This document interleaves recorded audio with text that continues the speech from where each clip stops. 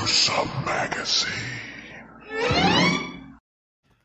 Hello, once again, I'm your host, Doc Rodden, and this is Gruesome Magazine, where we review the very latest in streaming and video on-demand horror movies. Each week, my co-hosts, Jeff Mohr, Crystal Cleveland, Christopher G. Mohr, and I will take a look at various spooky, scary, and gory genre offerings. Tonight, we are reviewing Watcher, streaming on SHUDDER. Yes! Joining me tonight is my co-host, Jeff Mohr. Jeff, how are you doing, sir? I'm good. I'm watching you. Help me. Also joining us this week is Crystal Cleveland, the living dead girl. How you doing? What were you like to fly? Help me. Help. I just did that. That's the second time I've done that today. So I don't even know. That's super weird. I'm great. Help me. Oh, That's we so think so creepy. even further. All right, also Yeah. joining us is award-winning filmmaker Christopher G. Mohr. How you doing, sir? Oh no. Damn Damn it. Oh, Yeah, of course. Yes. Of I'm doing course. good. There we go. Yes. All those listening on the audio podcast are really having a ball with that one. All right, you Yeah. guys. Should do a ventriloquist act to do subtitles for it. We are He here to raised his hand. review. Yes, he did. The Watcher, streaming on Shudder. We're going to start off giving our first impressions. Those will be spoiler free. Then we'll dive into a discussion about the film, get into all the crevices and cracks and whatnots, and then I don't know where I was going with that. Then we'll wrap things up with our final thoughts, our score, 1 to 5. And our favorite scene. And of course, we hope you like not only this review, but many others that we have on the site. And if you do, please hit the subscribe, the like, the share with a friend. And that will help us. Yes, it's really easy. Look at Christopher go. It'll help us greatly. Try to, oh my God, English. We're trying to reach 5,000 subscribers, and that will help us do that. Thank you so much if you would take that extra step. And of course, there's up here comments down below. Do it. Yes. Yep. All right. Let's take a look at the card. Watcher from IFC Midnight, available streaming on not Netflix, but Shudder. I read this thing 5 times. It's still, it was right every time until now. Beginning August 2022. I snuck in there and changed it. Sorry. There you go. Synopsis is a young American woman moves with her husband to Bucharest and begins to suspect that a stranger who watches her from the apartment across the street, even, maybe a local serial killer decapitating women. It's directed by Chloe Okuno, written by Chloe Okuno and Zack Ford. The cast includes Maika Monroe, Karl, Glusman, and Gorman. A good cast. So let's get into this. Let's start off with Crystal. Crystal, what was your first impression of Watcher? Okay, so this movie is more along the lines of a psychological thriller. Like I would definitely call it. I mean, it does have some horror elements, obviously, because of what we're dealing with. But I think the acting was good. I love the antagonist. He's actually one of my favorites. I think he has such a great look. He's so wild. I have to say,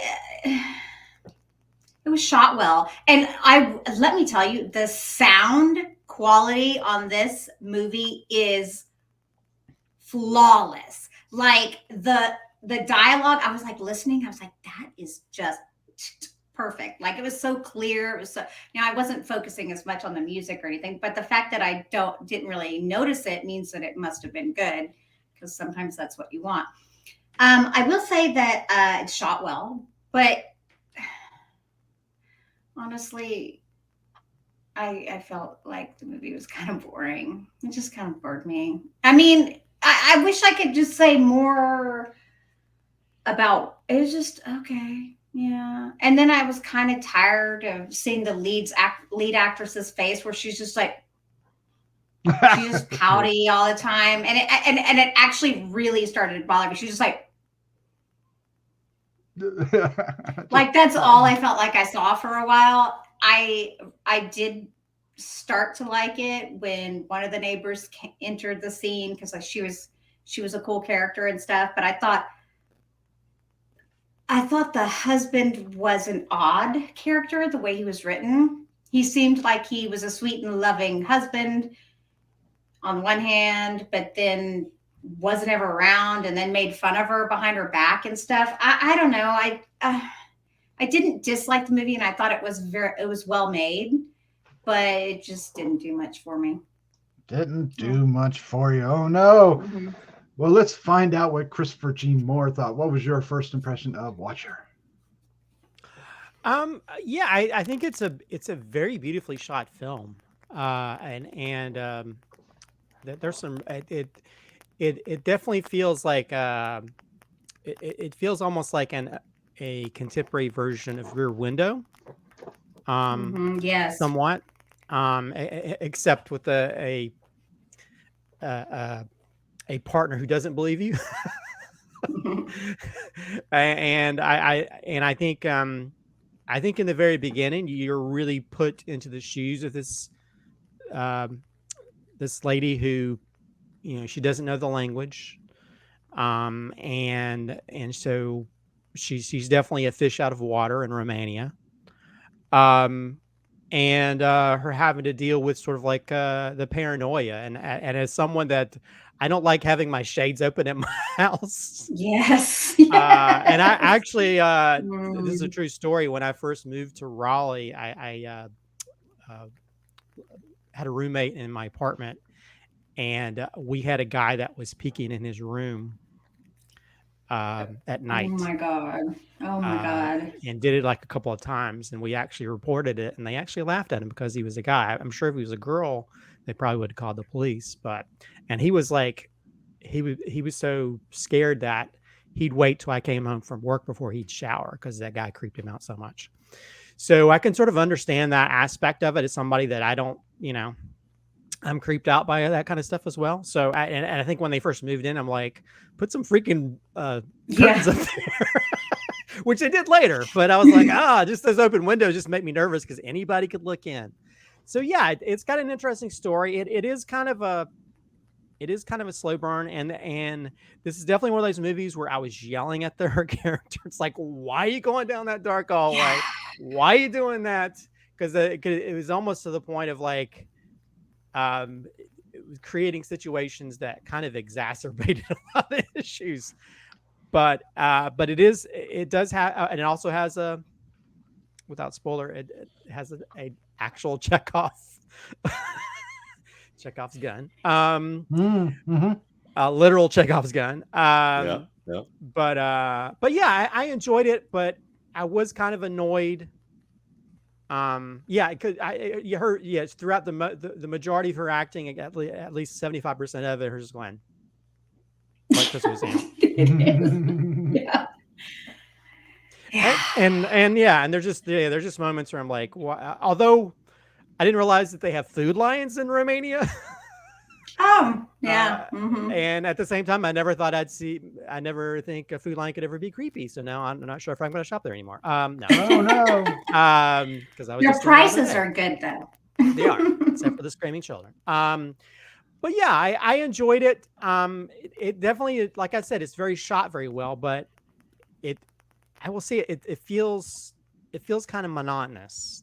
Because a lot of it is her just looking pouty faced and like or looking sad faced and going into places that I wouldn't normally think somebody would go. And if you're in a strange, I mean, the whole time I'm like, even as a guy, I don't think I'd be walking those dark streets for myself. I wouldn't be going down in some building that has water on the floor. I wouldn't go into those things. So the whole time I'm yelling at her, or if, for those of us that go to a movie theater, if somebody sits behind me, I'd automatically get out of there. Anyway, but yeah, I enjoyed it. It's very shot really well, but and when we get into spoilers, I think they had a missed opportunity at the very end for something. But overall, I enjoyed it. I like the ending. I like the ending. Yeah. But you have to go slog through all this sort of like silent movement type stuff and her husband gaslighting her type stuff to get to there, and that kind of stuff kind of bogs it down at points. But yeah, I enjoyed it. It's a very beautifully shot film, especially how they frame that outside of their apartment, where the camera like slowly move back. Oh, it's so beautiful. But yeah, I enjoyed it. Just the middle part's kind of Middle slow, part slowy. slow. That damn second act. All right, Jeff Mohr. What was your first impression of Watcher? I love this movie. I love Oh, Maika Monroe. I thought she was great. I didn't have any problems with her acting or her faces. I think I kind of felt like it was sort of a modern extrapolation, or maybe even reinventing of the central concept of Rear Window. More complicated, right? But the idea of living kind of a voyeuristic lifestyle for one reason or another. And we get a sort of the story of this weird relationship, and I got a lot to say about that, but I want to wait until we get through spoilers. Between her and her husband is the relationship I'm talking about. But I love the guy that you mentioned too, Crystal, Gorman. Gorman. Oh my God, he's memorable in everything. But maybe, I don't know. Anyway, so I love this. I was not bored at all. There was no slogging. I didn't have any pouty faces that bothered me or anything. Weren't bothered by the pouty faces. The pouty faces are fine, he says. All right, I think this movie is, like you said, it's competently made, it's professionally made, and it's well acted and everything. But I'm Jeff. I'm sorry, I'm not with you on this one. I don't know what to do with you guys. I don't know, but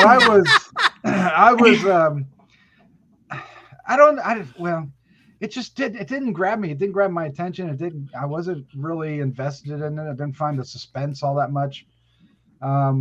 There's a good part of it where it's like, what are you doing kind of things, like they're saying. And I think the best parts are with the neighbor, her friend neighbor, that's the girl. Yeah. It made one of the things that she does worth it, because we get to spend more time with her in a different part of not in the room, but somewhere else.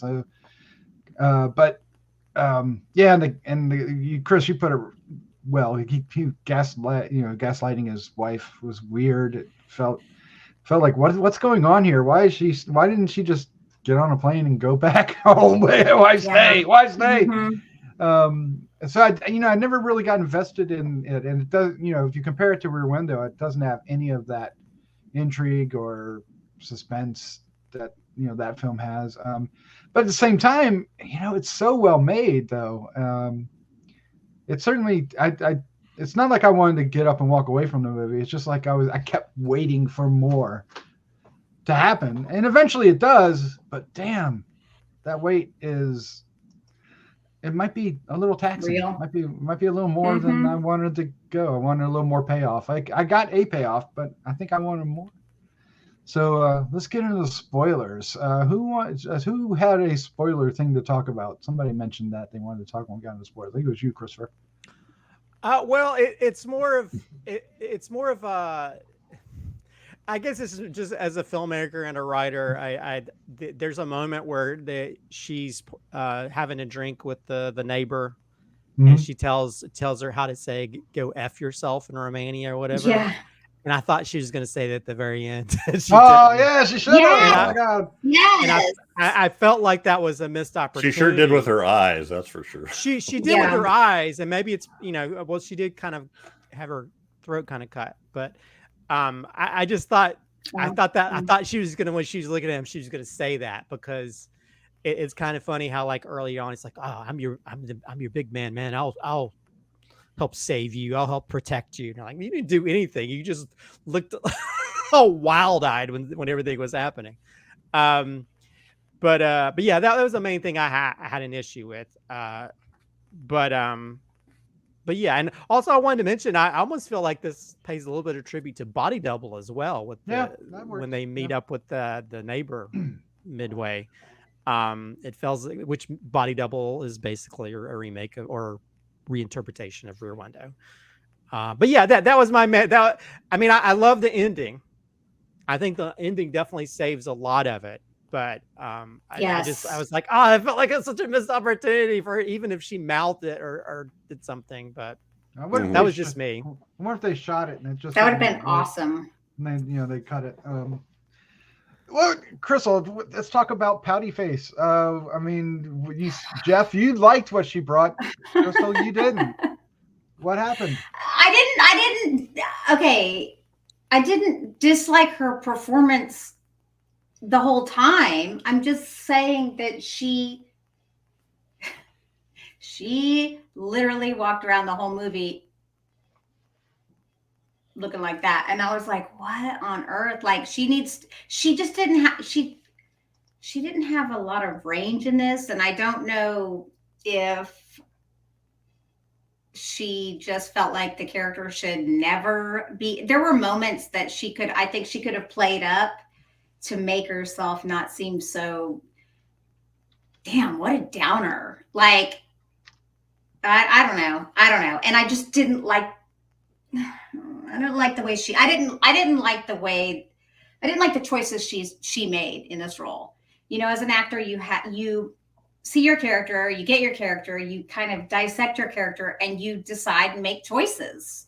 And the choices that she made, I think, were wrong for the character. And that's on her and partially the director, because, the director can help, form those choices. Yeah, a lot of the directors, they want you to do it this way. And so it may not have been her main choice, because also they edit things certain ways, or she might have did it differently in different scenes, and they decided to go with that. But yeah, I don't know. It just felt it's like, I don't think it's bad acting or anything. I just felt like I just felt like it was so much. Her expression was that the whole time, where she was like looking all mopey and sad. That's exactly it. That added to the monotone nature from like the whole middle part, where she's just going around like stalking him or whatever. And, or even when she goes to get that guy to knock on the door, and she's like, oh yes, oh my gosh, specifically that moment, I was thinking the same thing. It felt when Zoolander does that face. It felt like she was doing like her sad version of Blue Steel throughout the whole movie. That's terrible. And, but yeah, I didn't hate it, because there is a moment there's a moment later on when her husband is I hated the husband. I was like, why did you move here with this total douchebag? He only cares about himself. But when she goes to that dinner party later on, and she knows, she kind of understands what he's saying, and she's trying to hold back her breaking down, and that was a powerful scene. But I don't know, for some reason, that whole way she was making that sort of that feeling or emotion, it just seemed there was no middle area. But see, that whole scene right there that he's talking about, it's like, what kind of pieces of shit do you work with that think that's funny? Yeah, about her. Making fun of your wife when it's like, that's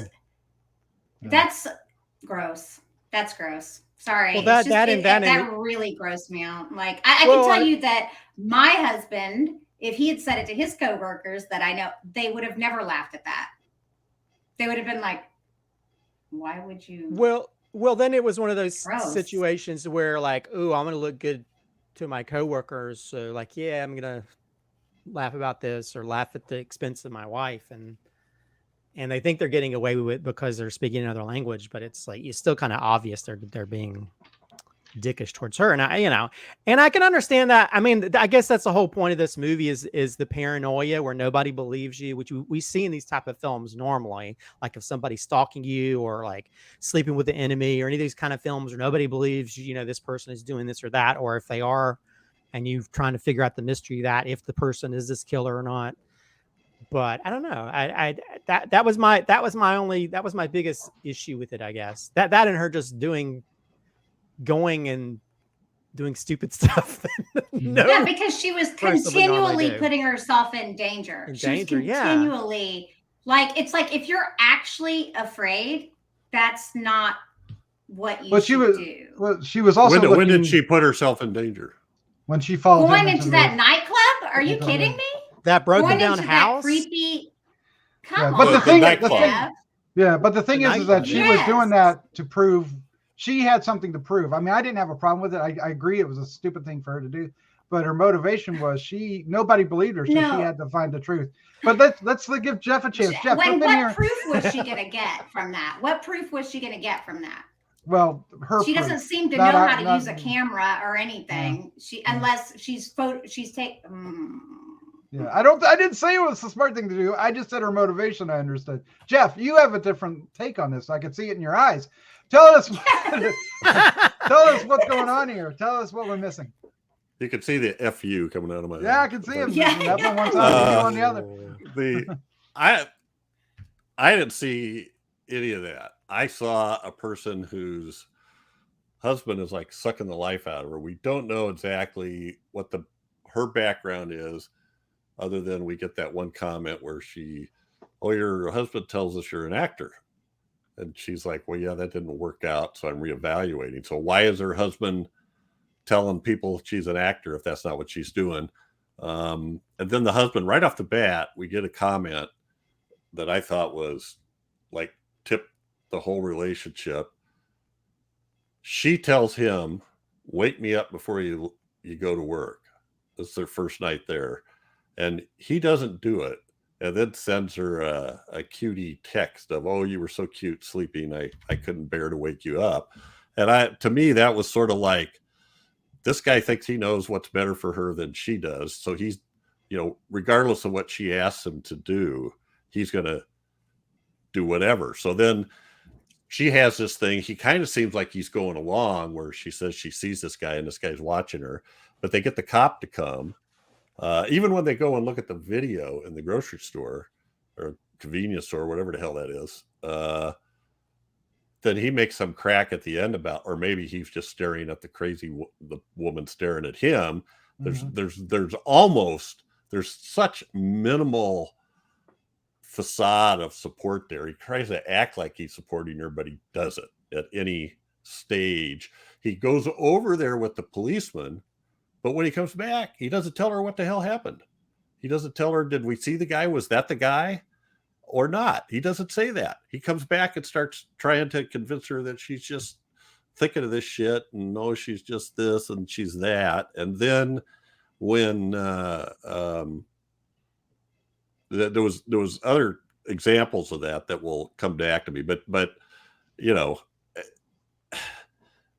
he comes back. He becomes very condescending, and he kind of tries to convince her of alternate versions of the events, and he starts to discount her opinions and her intelligence and her emotional well-being, and then he says these humiliating, demeaning things about her to his co-workers in public at a thing that he's apparently has asked her to go to. But then he and his friends, they know she doesn't speak Romanian, so they consistently switch back to Romanian in front of her all the friggin' time. Yeah.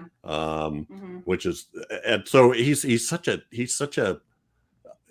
nothing when it comes to her. Every thought is about how well he's going to do in this new job, and anything that she's doing is like inconveniencing him. He doesn't come out and say that, but he's just not there. And there's one point where he says, what do you want me to do? And she says, I want you to believe me. And then I don't know, there's a couple more conversations, and then he just goes, I don't know what to do. And she just stares at him because she just told him what to do, and apparently he's not able to do that. So her reactions to me seem like she's in this country.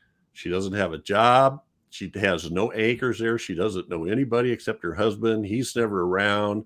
She doesn't know the language.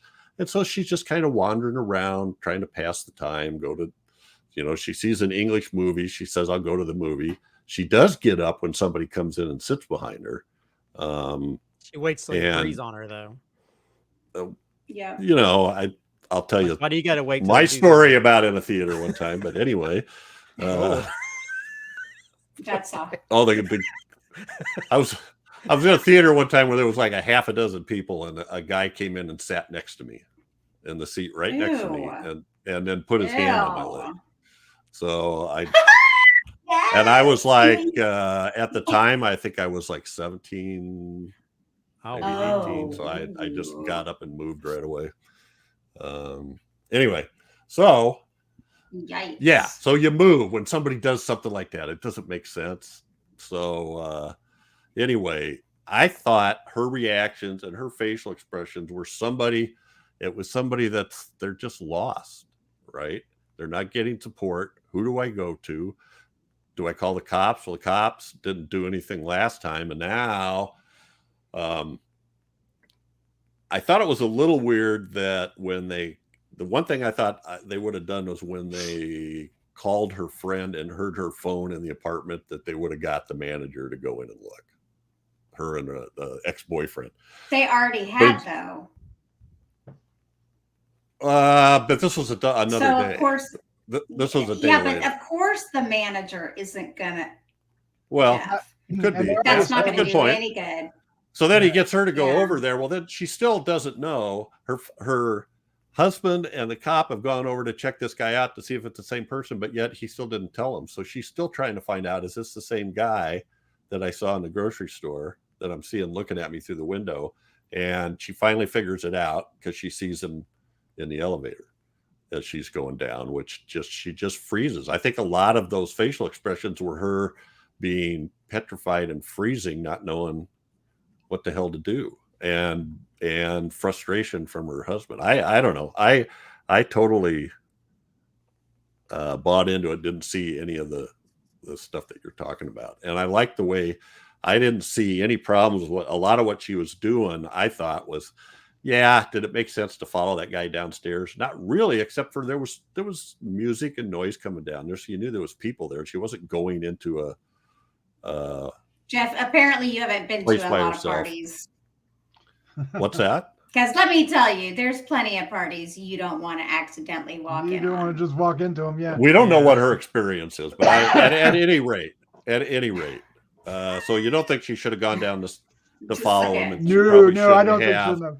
But it wasn't a deal breaker for me. It was. Yeah. I thought it was something she might have. Well, I thought it was part. It was because she was frustrated.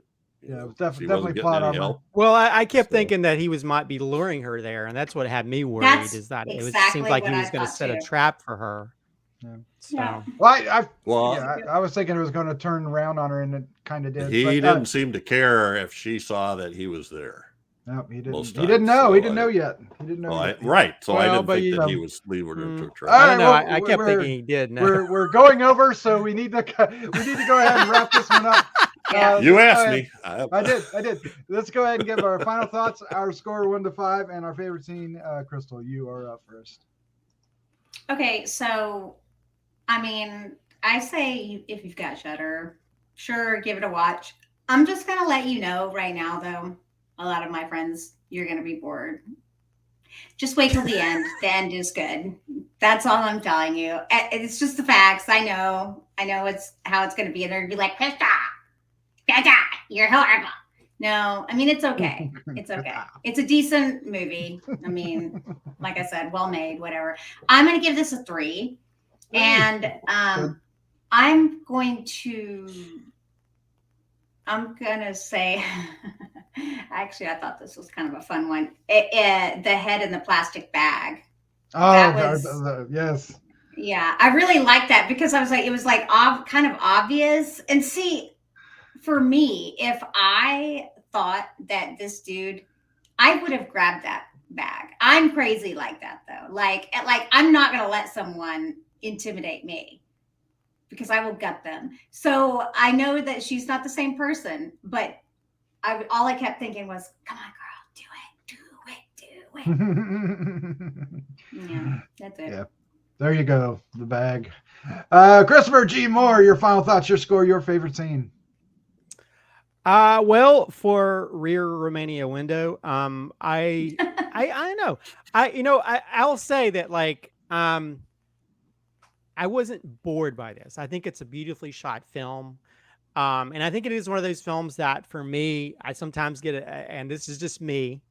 It's sort of like how we didn't review it, but I got very annoyed with Bodies, mainly because the characters are so annoying, atrociously annoying.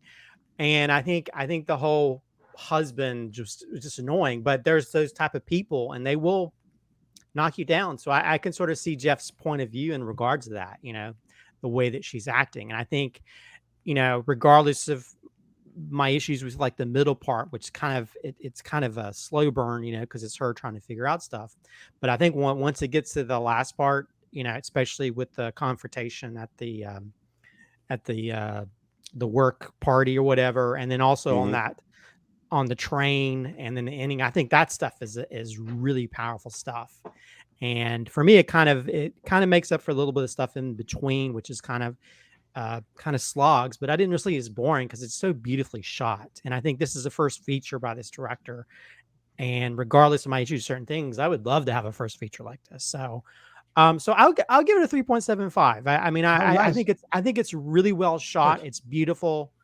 And I think the way it ends is appropriate. Although I was worried it was going to have those 70s endings or whatever, but it ends in the right type of way for me.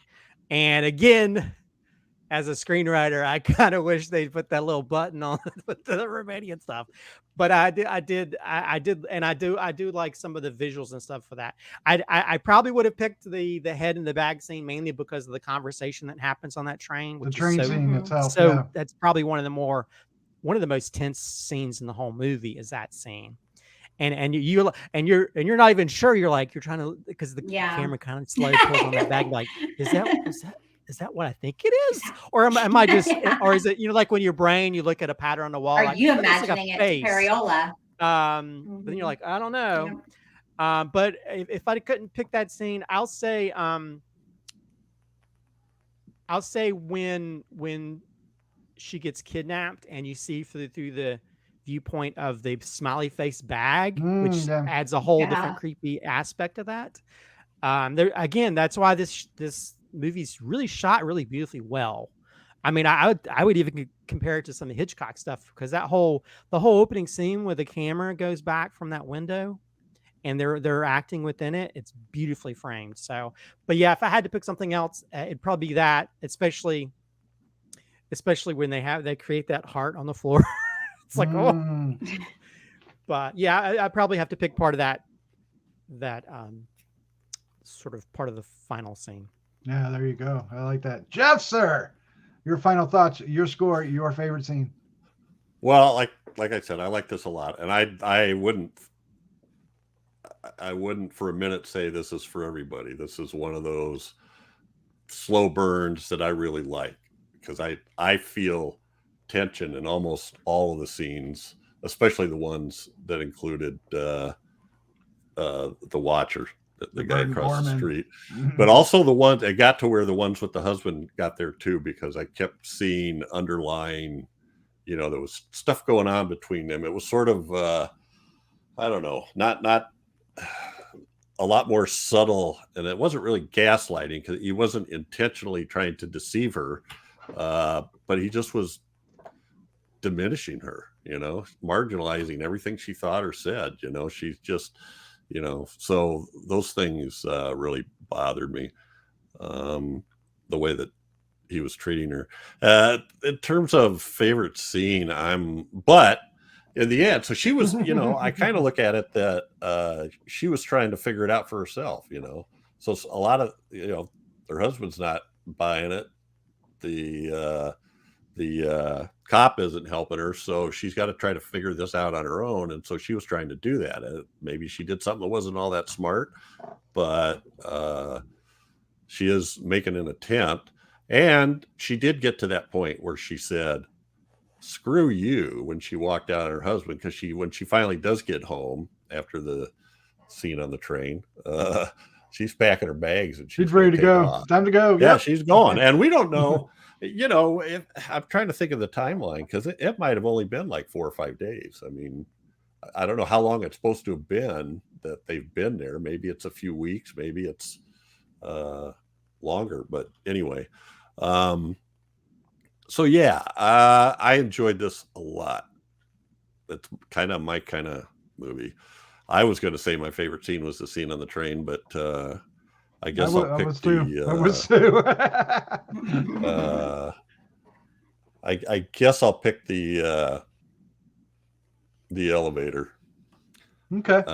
Because when she gets in the elevator, she sees him on the stairs and gets in the elevator. Then it's sort of like, oh crap, is he gonna? She stands there staring at him. He stands there staring at her. She gets in the elevator, and in my mind, I'm waiting for the hand to come in at the last minute or something. A little dress to kill going on. Yeah. So anyway, and I'm giving this a 4.5. Oh, nice. I probably put this in my. Yeah, that smells like top 10 material. Yeah, very good. I think everything all three of you are saying is right. This film is it is really well done. It just didn't connect with me, and I think most of it has to do with some pacing issues and tonal issues because there's no highs and lows. It basically lands on this one note and stays on that note for the next 90 minutes. And every character seems to be on that same note, with the exception of the neighbor, which is why I think Crystal, one of the reasons we like her so much, her note is different. Yeah. Everybody else is, especially when, the watcher himself is almost on the same note. It gets kind of, you don't have any, there's not a whole lot of contrast. The cop even seems like he's on the same note. It just really, it needed some, racing and maybe pull back a little bit, but there was nowhere to pull back because it was pulled back about as far as you could pull back on the facing throttle, I would say. But so that's a personal thing for me. I'd like to have, some speed. So I don't know where, it kind of throws me off a little bit and, it makes things a little more tension. I got to watch. So it made it easy to wander and get disassociated with the story, even though it kept my attention and I didn't, turn it off or fall asleep or anything like that. But at the same time, I wasn't on the edge of my seat. And I think this film wants you to be on the edge of your seat. It wants you to think that at any time something can happen. Oh, I was. Yeah. And see that for me, I wasn't. So, and I'm not saying, I'm just saying that right. on a personal level, I'm not saying anything about, your experience, but I'm just trying to explain why I had my experience was that there was certain things I like and it didn't achieve those, which, you can't walk away from. Technically, this film is really nice. And the director is really good director. Even though the tone of the story, some of the, which could be editing or pacing or something, but as far as visually and telling the story, I thought the director did a great job. And she did the Storm Drain episode of VHS 94 a few years back. Oh, cool. Which that was that whole movie was one of the better of the series. We've probably reviewed, between HNR and Gruesome Magazine, etc., probably half a dozen of her things. It Follows, The Guest. Oh, that's Maika. Yeah, Maika. Yeah. Tao, Greta, Villains. So the actress is I like the actress quite a bit. Anything she does, I'm interested in seeing what she's doing. So I'm going to give this. Unfortunately, I'm giving it a 3 as well as Crystal did. So, but I feel like it deserves more of what Christopher and Jeff. I think that might be a more accurate score. I've except for maybe Crystal's friends who are going to come back and go, Crystal. They're gross. Yeah. So my favorite scene was also I thought it's. The train scene was incredibly tense. Like, it stops because of some animal or something they try to talk about. And then he's the only one, walks in and he's the only other one in there. And that whole thing about, building up to like, I wanted an apology. I thought that was just so well done. If you're not picking that, you kind of do have to pick something at the end. But there was one thing that I thought was really interesting at the end. And I was wondering where that was going to go. It doesn't go anywhere because it ends before it has the opportunity. But he's they're lying down, right?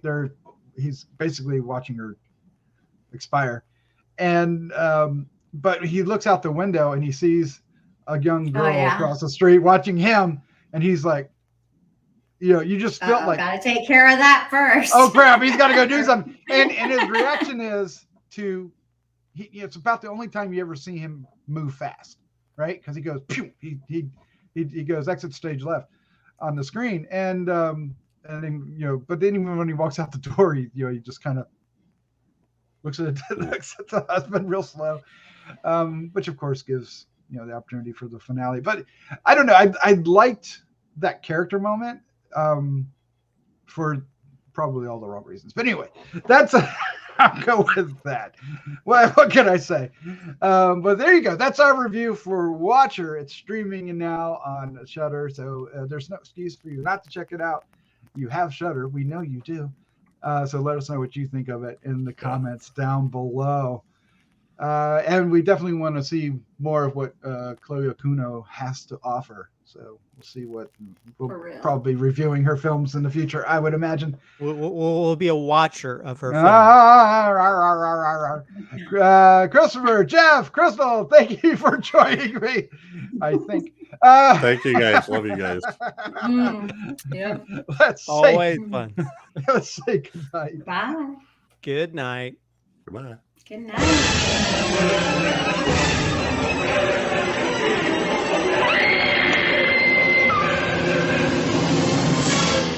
Gruesome Magazine.